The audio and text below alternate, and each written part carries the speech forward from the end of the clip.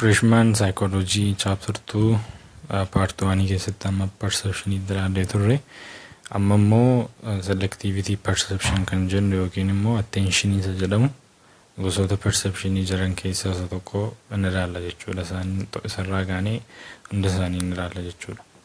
Note that at any given time your sense organ is bombarded by many stimuli, yet you perceive few of them. Al tokko wanta tokko hubannee ta'annu qaamoleen miiraa keenya al tokkotti stimulusii baay'ee hedduu ta'aniidha. Gaan isaan wal duukaa rukutaman al tokkotti keenyaaf gaafa daandii irra deemnu sagalee adda addaa dhaga'uu dandeenya. Kanaaf gurri keenya miirota hedduu dhaga'a jechuudha.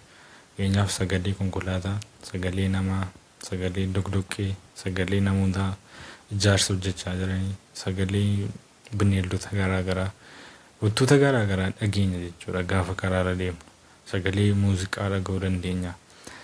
Garuu sagaleewwan hedduu kanaan yookiin immoo stimulusii hedduu kanaan gurri keenya yommuu sanatti harukutamu iyyuu malee garuu achi keessaa warreen muraasa ta'an jechuudha kan nuti hiikatti kennuu dandeenyu. Kun immoo maaliif ta'uu dandeessa jedhu as jalatti ilaalla jechuudha. Were you aware of, for example, the noise in your room until you read this sentence? You may not. Yet input from environment was coming into your ears all the time. In fact, you may be attending to one of such incoming input, ignoring the other noises. Such selective perception is called attention. Gaaffii gaafataara. Amma gaafa dubbisa kana dubbisaa jirtutti sagalee naannoo kee keessaa yookiin immoo sagalee mana keessaa dudubbatamaa wanta ta'aa jiru dhaga'an jirtaa yookiin immoo hiikatti laachaa jirtaa laachuu dhiisuu dandeessaa jedha ofiisaatiin. Garuu sagaleewwan hedduun gurra keenyatti dhufu jechuudha al tokkotti. Ifni hedduun ija keenyatti dhufa, miironni hedduun qaama keenyatti dhufu jechuudha wal duukaa. Garuu adeemsi nuti ittiin warreen kaan irratti xiyyeeffannoo keenya kennuu dhiisnee wanta murtaa'aa ta'e irratti xiyyeeffannoo keenya laannu, miira murtaa'aa ta'e irratti xiyyeeffannoo keenya laannu maal jedhama jechuudha. Selectivity perception attention jedhamudha yookiin immoo xiyyeeffannoo jedhudha jechuudha. Attention jechuun yookiin immoo selectivity perception jechuun miirawwan hedduu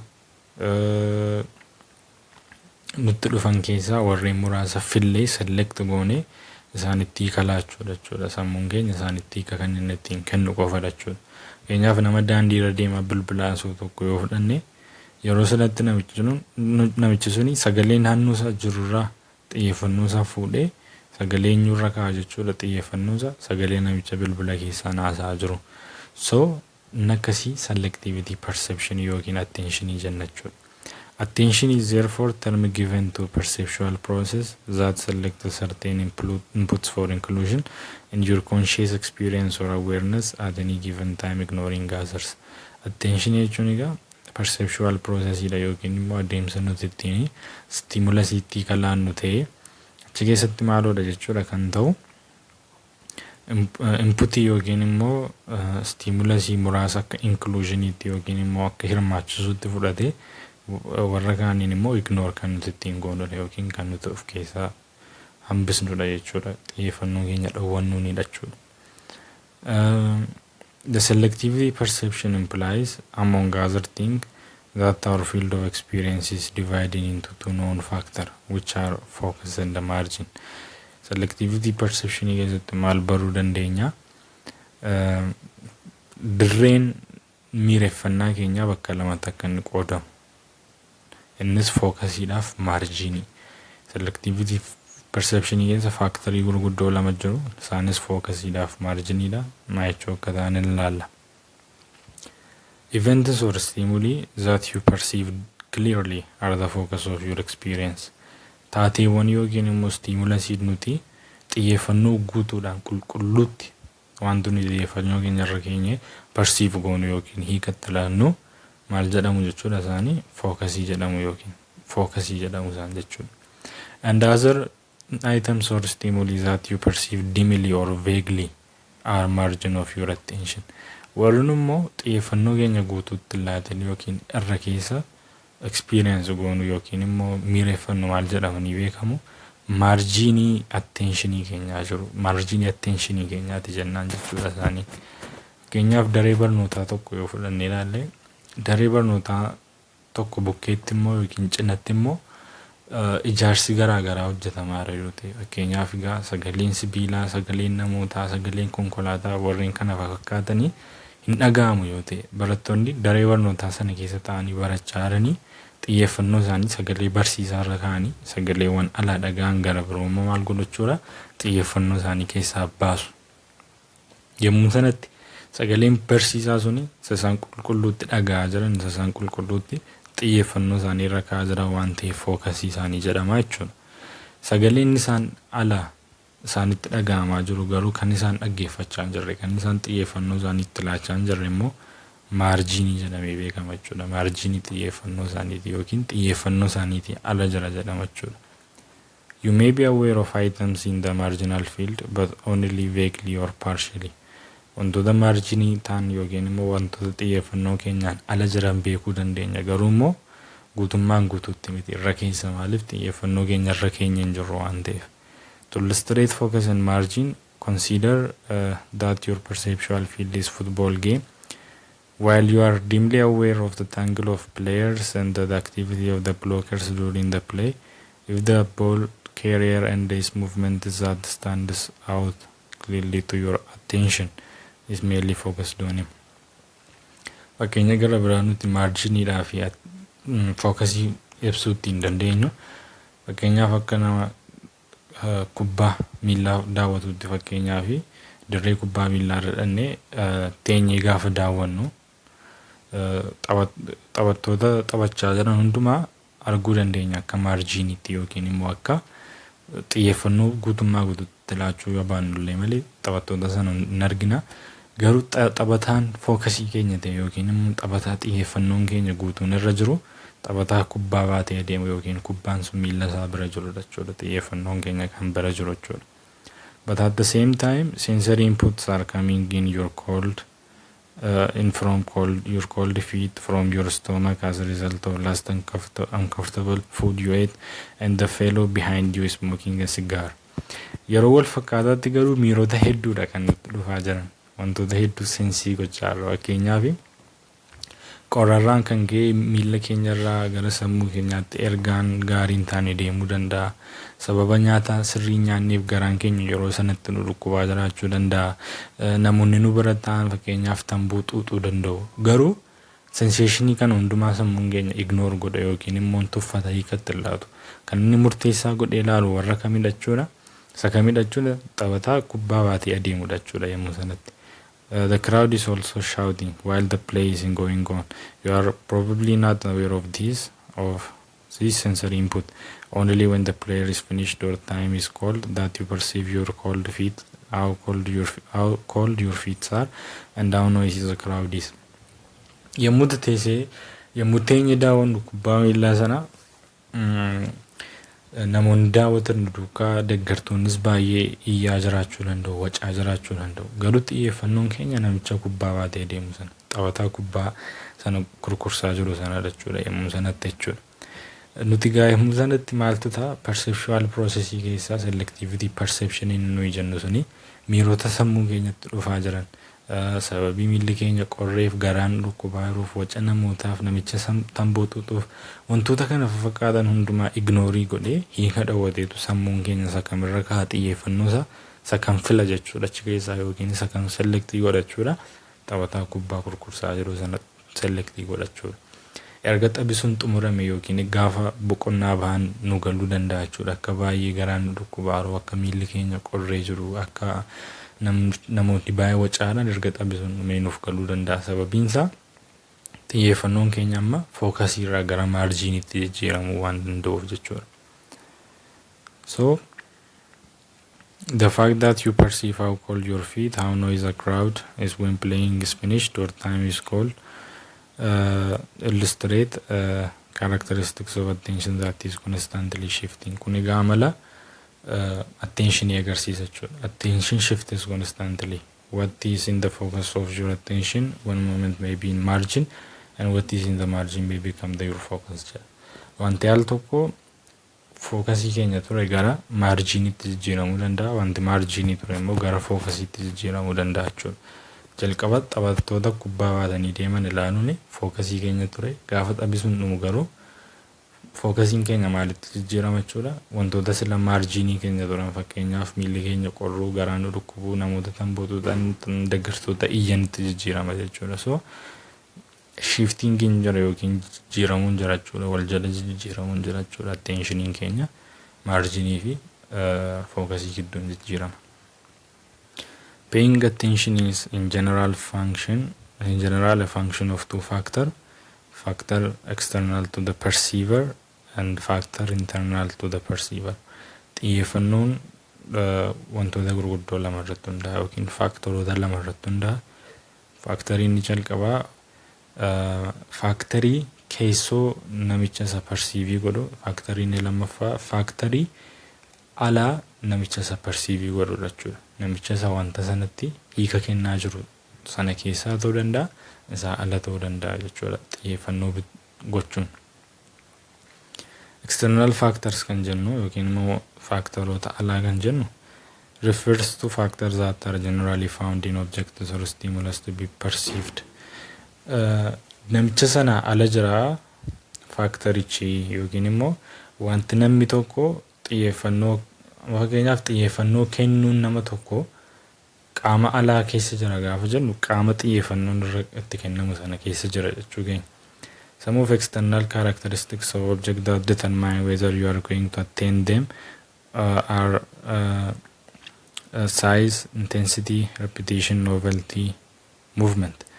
Amma fakkeenyaaf egaa external factorii gaafa ilaallu namni tokko fakkeenyaaf wantoota naannoo isaatti ta'aa jiran keessaa stiimulasiiwwan hedduu argaa jiru hundumaa keessaa xiyyeeffannoo kan inni irratti kennuu danda'u tokkoffaa xiyyeeffannoo kennuu isaatiif sababa kan ta'uu danda'u wantooti sun dhimma keessa isaatii maddeef ta'uu danda'a yookiin dhimma alaa maddeef ta'uu danda'a.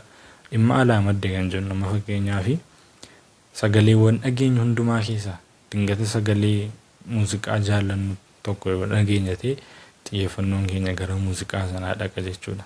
Sababii muuziqaa sun nutti toluuf gara isaa dhaquu danda'a jechuudha. Fakkeenyaaf ija keenyaan utuu namoota hedduu ilaalaa jirru nama tokkotti iji keenyaan qabama yoo ta'e sababii nama sana beennuuf ta'uu danda'a yookiin sababii namni sun bareedu yookiin bareedduuf ta'uu danda'a. Deebi'ee wanta tokko ilaallee ammas xiyyeeffannoon keenya irratti qabamuu kan danda'u sababii wanti sun socho'aa jiruuf ta'uu danda'a jechuudha. So warreen kun faaktoroota sana jechuudha. Isaanis hamma wantichaa ta'uu danda'a, jabina wantichaa ta'uu danda'a, irra deddeebii wantichaa ta'uu danda'a, haaraa ta'uu wantichaa ta'uu danda'a, sosocho'uu wantichaa ta'uu danda'a jechuudha. Sosocho'uu wantichaa ta'uu danda'a jechuudha. Diiteelii gaafa ilaallu size other things being constant, bigger and brighter stimuli are more likely to capture your attention than smaller and dimmer objects. Wantoonni gurguddaa ta'an, wantoonni qaamaan gurguddaa ta'an, wantoonni ifan, baay'ee ifan, halluu qaban biraayitii kan ta'anii xiyyeeffannoo keenya hatuudhaaf carraa guddaa qabachuudha. Wantoota qaamaan xixiqqoo ta'anii fi wantoota ifan qabne yookiin immoo wantoota dudukkanaa irra xiyyeeffannoo keenya fuuchuu kan danda'an wantoota gurguddaa fi wantoota biraayitii ta'an jechuudha. This is why announcement and notice are written in a big block letters. In the same way, people who dress bright color clothes tend to capture attention. Sababa kanaatiif jecha xiyyeeffannoo keenya kana fuuchuudhaaf jechatu dhaabbati garaagaraa gaafa announcement yookiin gabaasa hima guddaa baasan yookiin immoo wanta ta'e tokko himuudhaaf barbaadan gaafa ergaa wayii dabarsuu barbaadan maal fayyadamu jechuudha. Qubee gurguddaa gugurraachaa fayyadamu jechuudha. Bilookii kan ta'e kan namoonni hedduun arguu danda'an kan attention yookiin xiyyeeffannoo namaa fuuchuu danda'aniin kaa'u jechuudha. Haala wal fakkaataatiin durbii uffata biraayitii ta'e tokko uffattu yookiin immoo qamsii biraayitii ta'e tokko uffattu attentionii nama fuuchuudhaaf carraa guddaa qabdi jechuudha. Warra uffata biraayitii ta'een uffanneerra keenya uffata halluu keelloo qabu kan kana fakkaatan kan uffatanii piinkii fa'aa kan uffatanii attentionii namaa fuuchuu danda'u jechuudha warra kamirra. Gara biraa repetition yookiin irra deddeebiidha. It is a second factor. You are more likely to attend to stimulus that is repeatedly or frequently occurring perceptual field. Wantoota irra deddeebiitiin dhufanii fi xiyyeeffannoo kennuun keenya yeroo baay'ee beekamaadha. Yookiin wanta tokko gaafa irra deddeebiitiin dhufu xiyyeeffannoo keenya laannaaf jechuudha. A misspelled word is more likely to be detected if it occurs many times in paragraphs than when it occurs only once or twice. Fakkeenyaaf jechi qubee dogoggoraatiin barreeffame yookiin gaafa barreeffame qubeen isaa sirrii hin taane tokko irra deddeebi'ee yoo barreeffame keessatti nutti mul'atedha jechuudha. Kan nuti arguu dandeenyu dogoggora ta'uusaa si'a tokko lamarra mul'achuurra si'a sadiif isaa ol faa gaafa mul'achaa adeemu dogoggora ta'uusaa adda baasuu dandeenya jechuudha. Atteenshinii keenya yookiin xiyyeeffannoo keenya fuudha jechuudha yommuu sanatti.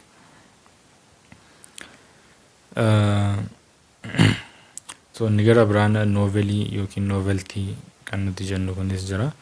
It is the extent to which a stimulus creates contrast with the rest objects in the environment. Novel or new objects create sharp contrast with the environment and hence tend to capture our attention. Wantoonni haaraa ta'anii maal gochuu danda'u jechuudha. Environment yookiin naannoo sana keessatti adda ba'anii mul'achuu danda'u. Kanaaf gaafa uffata haaraa namni tokko uffatee adeemu xiyyeeffannoon namaa namicha sanarra ta'a jechuudha. Uffata haaraa akka ta'an sun hin beeksisa. Kun immoo attention yookiin xiyyeeffannoon namaa namicha sanarra akka inni argu ta'a jechuudha. So remember here why you are given special attention as a guest, why firstborn children get more attention from parents. Egaa wanta haarummaan illee xiyyeeffannoo namaan fuudha jennee gaafa dubbannu maatii keessaa illee mucaan hangafa maatii biratti attentionii yookiin xiyyeeffannoo guddaatu irra jira jechuudha. Keessummaaf gaafa mana namaa dhaqxu xiyyeeffannoon siif taasifamu adda sababiin isaa haaraa qaama haaraa waan taateef attentioniin isaanii gara kee ta'a jechuudha. At last but not least the external factor is what? Movement. Sochiin illee moving objects tend to get your attention more than non-moving or stagnant objects. Wantoota sosochoon irraa wanti sosocho'u xiyyeeffannoo namaa fuudhuu danda'a jechuudha.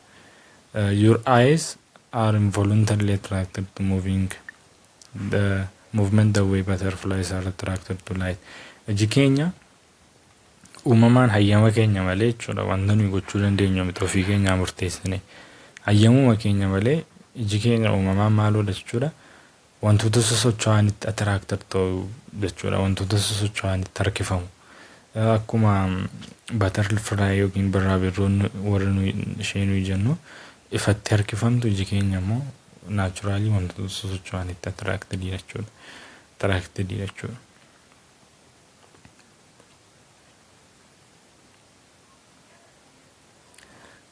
Ni gara biraan ammas itti fufee paying attention is not however determined only by these characteristics of objects.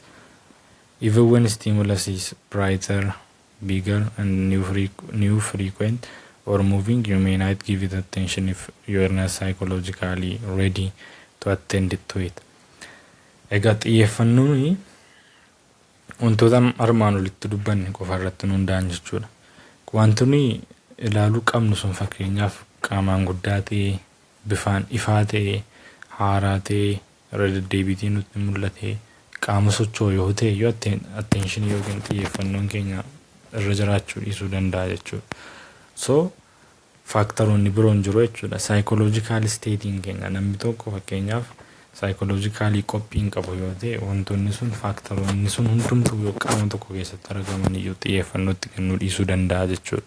Fakkeenyaaf namni gadda cimaatiin qabamee jiru psychologically ready waan hin taaneef qophaa'ee waan hin jirreef xiyyeeffannoon isaa wanta ta'een qabamee waan jiruuf wantoota sanatti xiyyeeffannoo kennuu dhiisuu danda'a jechuudha. So psychological state'inis murteessaadha jechuudha.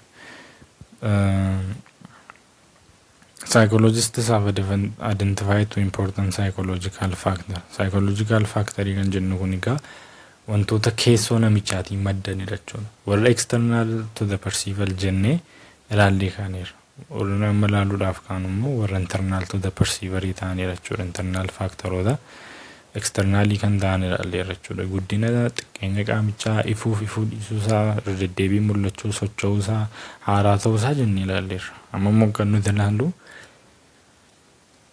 keessa keenyaa kan badde wanta tokko irratti xiyyeeffannoo kan nu kennisiisuu dhiisudha jechuudha. Isaan immoo adda addaatti qoodamu seetor expendansiidhaa fi motives or needii jennee adda baasuu dandeenya. Seetiin maa jechuudha gaafa jennu it refers to the idea that you may be ready and primed for certain kinds of sensory input. Set or expectancy therefore varies from person to person. Set or expectancy kan jennu kun immoo wanta ta'e tokkotti xiyyeeffannoo kennuudhaa fi qophaa'ummaa qabna yoo ta'e keessi keenya wanta sana silumaa eegaa jira yoo ta'e keessa keenyaa kan maddee wanta sana irratti xiyyeeffannoo kan nu kennisiisudha jechuudha. So namni tokko fakkeenyaaf waan ta'e tokko eegaa jira yoo ta'e gaafa wanti sun ta'u maal godhachuudha? Xiyyeeffannoon isaa guutummaa guutuutti gara wantichaa dhaqa jechuudha. Isa kanaan set or expectancy. To illustrate the role of setting attention, consider a husband who is expecting a phone call. He will hear the telephone ring in the night while his wife does not. The wife, on the other hand, may be more likely to hear a baby crying than telephone ringing. So, fakkeenya abbaa manaan tokko ciisaa jiru bilbila eegaa jira yoo ta'e akka namni bilbiluuf gaa bilbilli sun bilbilamu haati manaan isaatuun dhageenyi dursee dhaga'uu danda'a jechuudha. Sababiin isaa silumayyuu eegaa waan jiruuf seetii yookiin expectancy waan qabuuf dhaqee bilbila sana kaasuu danda'a. Galagashii immoo haati manaan isaa yoo mucaan isaanii boo'e yookiin boosse dursitee dhaga'uudhaaf carraa qabdi jechuudha. Sababiin instinktii haadhummaatiif mucaa sana siitu kunuunsa waan ta'eef gara caalu inni eegdi waan ta'eef dursitee dhaga'uu dandeessi jechuudha. Kun immoo seetii yookiin expectancy jedhama jechuudha. Inni gara biraan people who are angry, stressed or sexually aroused are likely to pay attention to the environment which will satisfy their needs. Needii yookiin motivation isa jenne irratti jechuudha. Namoonni fakkeenyaaf beela'anii jiran, dheebotanii jiran, wantoota akkasii miira akkasii keessa jiranii xiyyeeffannoon isaanii isa dhaqa jechuudha. Fakkeenyaaf namni beela'e tokko maal xiyyeeffannoon isaa nyaata bira waan naquu fi fooliin nyaataa yoo dhufate xiyyeeffannoon isaa gara sana dhaqa. Namni dheeboteeru tokko immoo xiyyeeffannoon isaa bishaan waan barbaadeef yommuu sanatti bishaan sana bira dhaqa. Namni sexually aroused ta'ee jiru fakkeenyaaf saalquunnamtiidhaaf namni miirri isaa akka ka'ee jiru tokkos yaadni isaa steetii sanatti achi dhaqa jechuudha wantoota biraa dhiise. So warri kun motivation yookiin needii kan jennudha jechuudha. Gara biraan gosa perceptionii keessaa form perceptionii kan jennudha. Visual sensations as discussed under sensation provide raw materials that are to be organized into meaningful pattern, shape, forms, concept and ideas or form of perception. Form of perception keessatti immoo fakkeenyaaf wantoonni visually ta'an yookiin miirri ijaan miireffatamuu danda'an, miirri argamuudhaan miireffatamuu danda'anii walitti dhufanii yookiin immoo processii isaan ittiin organized ta'anii gurmaa'anii qindeeffamanii hiikatti kennuu dandeenyu, bocuu dandeenyu, yaadatti kennuu dandeenyu, hubachuu dandeenyu form perceptionii jenna jechuudha. Wantoonni ijaan argamuu danda'an, wantoonni ijaan perceived ta'uu kan danda'an gaa walitti dhufanii qindaa'anii hiika kennuu danda'an form perceptionii jenna jechuudha. Form perception. To perceive form, you need to distinguish a figure from its ground. So perceive gochuudhaaf form perceptionii kan hubachuudhaaf wantoota lama adda baasuu qabna. Figure yookiin objectiinaa fi ground yookiin surrounding adda baasuu qabna.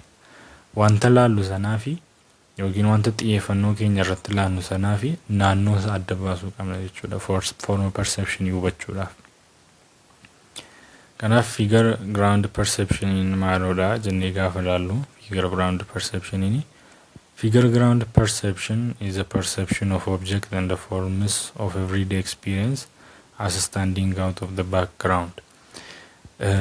Qaama ta'e tokko naannoo isaarraa adda baasnee hubachuu yommuu dandeenyetti fakkeenyaaf footoo girgiddaatti tararree jiru tokko gaafa arginu footoon sun qaamicha girgiddaan sun naannoo isaati jennee adda baasuu yoo dandeenya akka istiin persiivii gochuu yoo dandeenya. Garaagarummaa fiigariif giraawundii yookiin garaagarummaa qaamaa fi naannoo isaati yoo adda baasuu hin dandeenya ta'e fiigar giraawundi perception sana qabnaa jechuudha. Qabna jechuudha yommuu sanatti jechuudha. It is simply what? It is the ability to distinguish object from its general background. It is basic to all form perception. Objectii tokko qaama tokko naannoo isaarraa yookiin immoo background isaarraa adda baasuu keenya jechuudha. Gestalt psychologists stress that form perception is active rather than passive process like selectivity of perception. Gestalt psychologists form perception kana wajjiniin walii galu sababiin isaa gestalt psychology sinumayyuu hoolitti amana wanta guutuu ta'etti amana waan ta'eef form perceptionis wantoota adda addaa walitti fidee akka tokkotti yookiin akka guutuutti ilaaluudha waan ta'eef isaan wal qabatanii adeemu jechuudha. Sabas keessatti gaa akka gestalt psychologistoonni maal jedhu form perception active akka inni ta'e jechuudha. Wanta active ta'edha jechuudha. Wanta nuyi ilaallee baruu dandeenyudha jechuudha. Active process akka ta'etti ibsu jechuudha. Active process akka ta'etti barsiisu jechuudha. Inni gara biraan contours in form perception. Form perception keessatti wanta contour jedhamu jira akkuma fiigariif background jiru. You are able to separate forms from general ground only because you can perceive contour. Formiidhaa fi backgroundii akka nuyi adda baasnu kan nu taasisanii wantoota contours jedhaman kana jechuudha. Contouring kun maaludha gaafa jennu they are formed whenever a marked difference occurs in the brightness of a color of the background. Egaa garaagarummaan objectii keenyaaf backgroundii keenya gidduu jiru contouring jedhama jechuudha. Fakkeenyaaf ifa isaaniitiin adda addan ta'u yoo ta'e kalarii isaaniitiin adda addan ta'u yoo ta'e akka nuyi isaaniin adda baasnu taasisu jechuudha. Akka nuyi isaaniin adda baasnu taasisu jechuudha. Fakkeenyaaf footoon ta'e tokko yookiin halluun ta'e tokko girgiddaatti rarra'ee jira yoo ta'e sun halluu sana kanaaf objectiidha. Girgiddaan sun immoo backgroundidha jennee kan nuti adda baasnu tokkoffaa sababii halluu kalarii halluu footoo sanaatiif ta'uu danda'a. Footoon sun halluu addaa yoo qabaate girgiddaa sanarraa formiidhaa fi perception yookiin immoo fiigariif background jennee adda baasuu dandeenya jechuudha yommuu sanatti. Form perceptioniin kanumaan ilaaluu dandeenya. Itti fufee organization in form perception kan jedhudha. Inni kunis paartii gara biraadha. Achi keessatti immoo walumaa galatti barreeffama kana keessatti kan dubbatamee jiru wantoota qaama adda addaa ta'an walitti filanii akka qaama tokkotti ilaaluuni form perception jedhama jechuudha. Hiika wal fakkaataatti kennuuni form perception jedhama jechuudha.